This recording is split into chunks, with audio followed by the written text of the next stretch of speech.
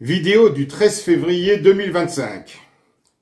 Amis patriotes, hier soir, un ami canadien m'a fait parvenir une vidéo de monsieur Alexandre Juvin-Brunet.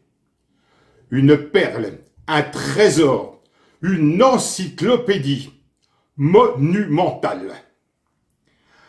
Voilà plus d'un an que je suis persuadé que la scorie sociétale Didier Julien Garofalo, l'attardé mental qui a falsifié son casier judiciaire monégasque, est protégé par la franc-maçonnerie française, la Grande Loge nationale ou le Grand Orient, voire les deux.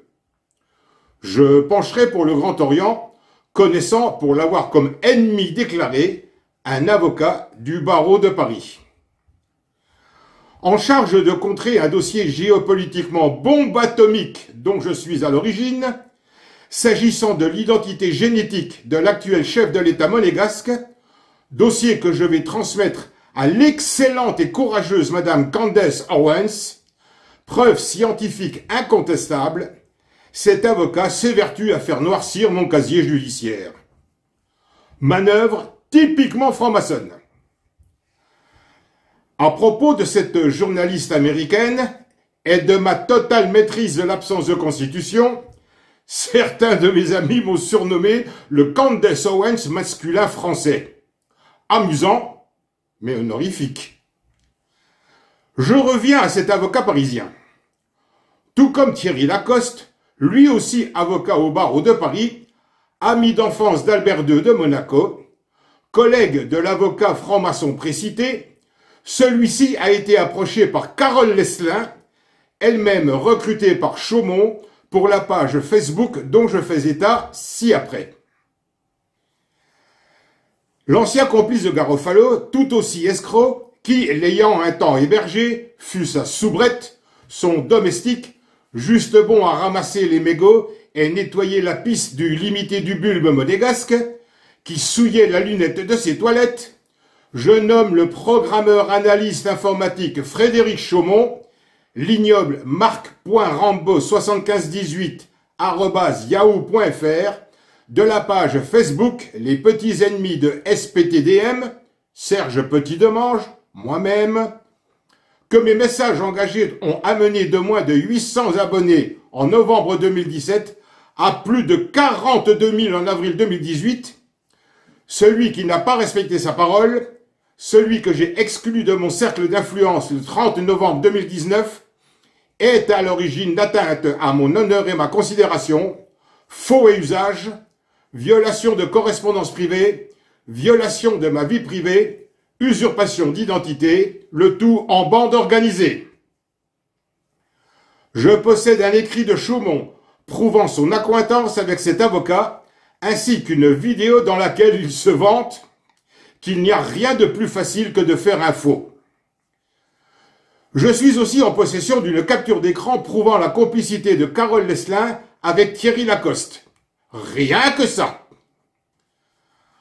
L'oisif en putréfaction qui se targue d'être avocat, expert en droit international, juriste professionnel, qui, d'après le journaliste Richard Boutry, l'animateur de la Minute de Ricardo, est l'un des meilleurs, des plus grands juristes internationaux. L'immondice de Monaco est incapable d'aligner 3 mots sans faire 5 fautes. Quant à son débit de parole, son apparence physique signe ce qu'il est, un déchet ultime.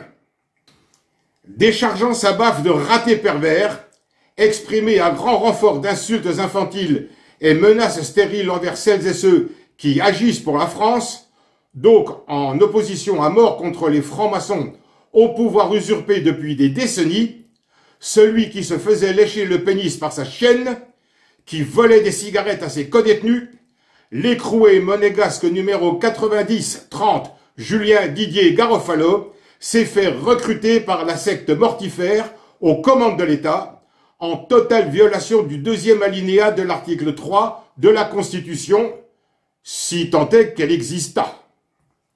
Pour info, s'agissant de la souveraineté du peuple, voici ce que dit cet alinéa. Aucune section du peuple ni aucun individu ne peut s'en attribuer l'exercice. C'est pourtant ce qui s'est passé. C'est la réalité d'aujourd'hui.